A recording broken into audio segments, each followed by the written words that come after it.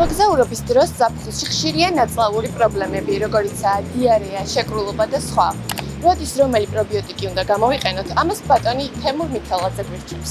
დიარეის დროს უმჯობესია გამოვიყენოთ ულტრაბიოტიკის სერიიდან, ულტრაბიოტიკი ინსტანტი, ულტრაბიოტიკი ექვალიბრე 8 მილიარდიანი, შედარებით ადრეული ასაკის ბავშვებში და ულტრაბიოტიკი ექვალიბრე 20 მილიარდიანი, შედარებით მოზრდილი ასაკის ბავშვებში და მთავარია პრეპარატი იყოს ხარისხიანი. ანტიბიოტიკებთან ერთად, როგორც ანტიბიოტიკით განპირობებული გვერდითი ეფექტების დროს, ისევე ანტიბიოტიკ ასოცირებული დიარეის პროფილაქტიკისთვის გასურველია გამოვიყენოთ ულტრაბიოტიკი ATB. მუცლის არეში სიმძიმე, დისკომფორტი, შებერილობა, ეფექტურად ვიყენებ ულტრაბიოტიკი ფიბრეს, რამეთუ პრობიოტიკულ შტამთან ერთად, მას დამატებული აქვს ბოჭკო, 3 გრამამდე ბოჭკო და შესაბამისად ადრეული ასაკის ბავშვებში შეგვიძლია 1 საში გამოვიყენოთ, მოზრდილებში შეგვიძლია 2, მე მგონია, როდესაც 3 საშიც გამოვიყენებია ბოჭკოს შემცველობიდან გამომდინარე. შეკროლობის დროს ვიყენებ ულტრაბიოტიკ ფიბრეს, ეს არის მაღალხარისხიანი პრეპარატი, პონროის პრეპარატი, მე თვითონ მაქვს მისი წარმოება. ნანახი და შესაბამისად მას აქვს წარმოებლის მაღალი ხარისხის სერტიფიკატი, გააჩნია თავისი პასპორტი, აქედან გამომდინარე